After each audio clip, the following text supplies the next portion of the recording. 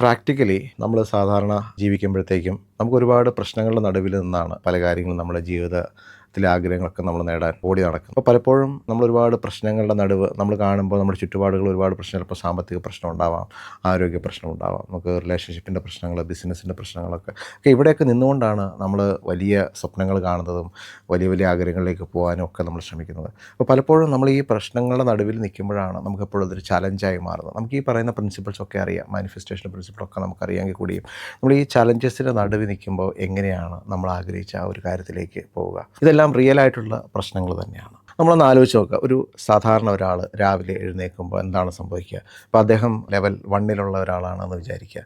Mind എന്ന് പറയുന്നത് brain in ആക്ഷനാണ് എന്ന്. അപ്പോൾ നമ്മൾ രാവിലെ ഉണരുമ്പോൾ എന്താണ് സംഭവിക്കുക? നമ്മുടെ ബ്രെയിൻ എന്ന് പറയുന്നത് സ്റ്റാർട്ട് ചെയ്യുന്നു.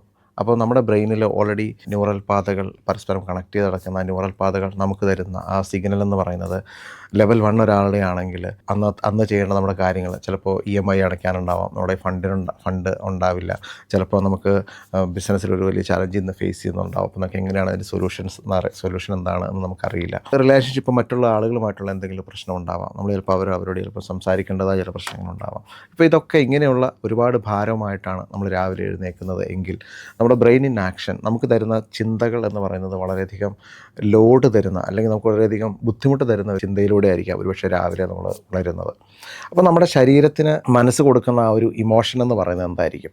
തീർച്ചയായിട്ടും നമുക്ക് വിഷമം ഉണ്ടാക്കുന്ന, അല്ലെങ്കിൽ നമുക്ക് വേദന തരുന്ന അതേ ഇമോഷനായിരിക്കും, അല്ലെങ്കിൽ നമ്മൾ ഡിസംപവർ ചെയ്യുന്ന സെൽഫ് ഡൗട്ട് തരുന്ന ചിന്തകളായിരിക്കും നമുക്ക് രാവിലെ തരുന്നത്. അപ്പോൾ അതുകൊണ്ട് തന്നെ ഇൻസ്പയർഡ് ആക്ഷൻ എന്ന് പറയുന്നതും ഇതിനെ കറസ്പോണ്ട് ചെയ്തിട്ടുള്ളതാവാം. ഒരുപക്ഷെ നമുക്ക് രാവിലെ എഴുന്നേൽക്കുമ്പോൾ ആ ഒരു ഡിസംപവറിങ് ആയിട്ടുള്ള ഒരു ചിന്ത കൊണ്ട് തന്നെ ചിലപ്പോൾ നമുക്ക് ഒരാളെ ഫോൺ വിളിക്കാൻ നമ്മൾ ശ്രമിക്കാം, പക്ഷേ നമ്മളത് ഫോൺ വിളിക്കില്ല. അല്ലെങ്കിൽ ഒരു സ്ഥലത്ത് യാത്ര ചെയ്യണമെന്നായിരിക്കും നമ്മൾ വിചാരിക്കുന്നത്. ചിലപ്പോൾ നമ്മുടെ മനസ്സ് നമുക്ക് വളരെ ഡിസപ്പോയിൻമെൻറ്റ് തരുന്ന, അല്ലെങ്കിൽ ഒരു ഡിസംപവർ ചെയ്യുന്ന ഒരു മനസ്സ് നമുക്ക് തരുന്നതുകൊണ്ട് ചിലപ്പോൾ നമ്മൾ ആ യാത്ര വേണ്ടെന്ന് വയ്ക്കും. അല്ലെങ്കിൽ നമ്മൾ ചിലപ്പോൾ ഒരു പ്രൊജക്റ്റ് ഇന്ന് സ്റ്റാർട്ട് ചെയ്യണമെന്ന് വിചാരിക്കുന്നതായിരിക്കാം, ചിലപ്പോൾ നമ്മൾ 2 ദിവസത്തേക്ക് മാറ്റി വയ്ക്കാം. അങ്ങനെ നമ്മളിൽ നിന്നുണ്ടാകുന്ന ആ ഒരു ഇൻസ്പയർഡ് ആക്ഷൻ എന്ന് പറയുന്നത്.